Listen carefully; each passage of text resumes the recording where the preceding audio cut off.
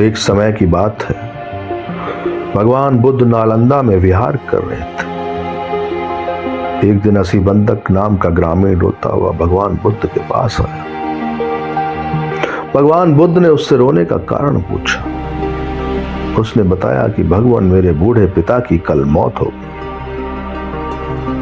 बुद्ध ने उससे पूछा कि रोने से वे वापस तो नहीं आ सकते। युवक ने कहा कि भगवान, रोने से कुछ नहीं होगा, लेकिन मैं आपके पास आया हूं कि आप मेरे दिवंगत पिता के लिए कुछ कीजिएगा। बुद्ध ने पूछा कि मैं तुम्हारे दिवंगत पिता के लिए क्या कर सकता हूं। युवक ने कहा, भगवान, आप जरूर कुछ कर सकते हैं। आप तो करुणा सागर और शक्तिमान हैं। पंडे, पुजारी, जादू टोना, तंत्रमंत्र करने वाले बाजीगर तो मरे लोगों के लिए तरह तरह से क्रियाक्रम करवाते हैं, जिससे मरने वालों को स्वर्ग में जगह मिल जाती है। आप तो इतने महान हैं, कृपया मुझ पर दया कीजिए। मेरे पिता के लिए कोई क्रियाक्रम कर दीजिए जिससे वे स्वर्ग में चले जाएं।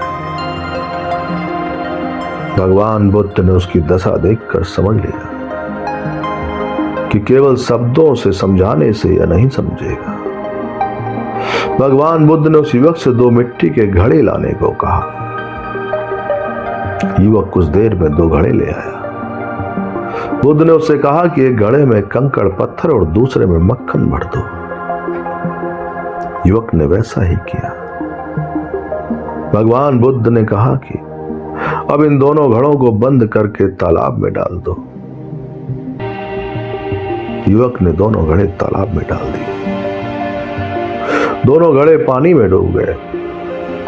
भगवान बुद्ध ने कहा, अब एक बांस ले आओ और बांस से दोनों घड़े फोड़ दो।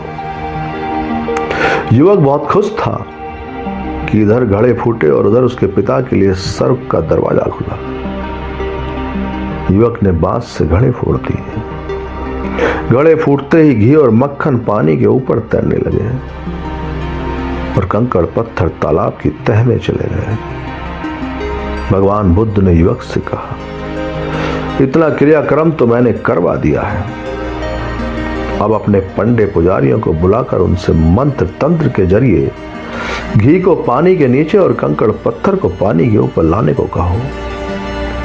मैं भी देखूं वे कैसे कर पाते हैं। युवक ने कहा, भगवान, आप तो मजाक कर रहे हैं। ऐसा कैसे हो सकता है?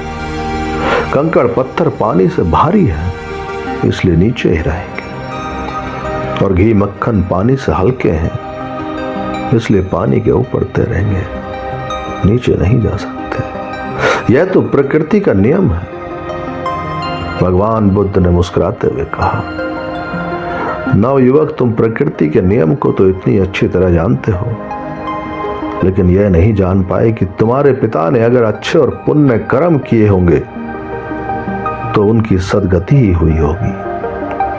कोई उनको नीचे के लोक में नहीं भेज सकता, और अगर कंकड़ पत्थर की तरह से दुष्कर्म और पाप किए होंगे तो दुर्गति ही हुई होगी। कोई उन्हें सदगति नहीं दिला सकता।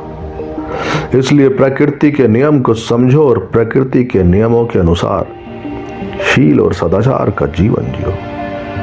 युवक समझ गया, जैसी करनी होगी वैसी ही भरनी होगी। कोई उसे बदल नहीं सकता। हमें भी पंडे पुजारियों के चक्कर में न पड़कर शील सदाचार का जीवन जीकर पुण्य कर्म करने चाहिए और पाप कर्मों से बचना चाहिए।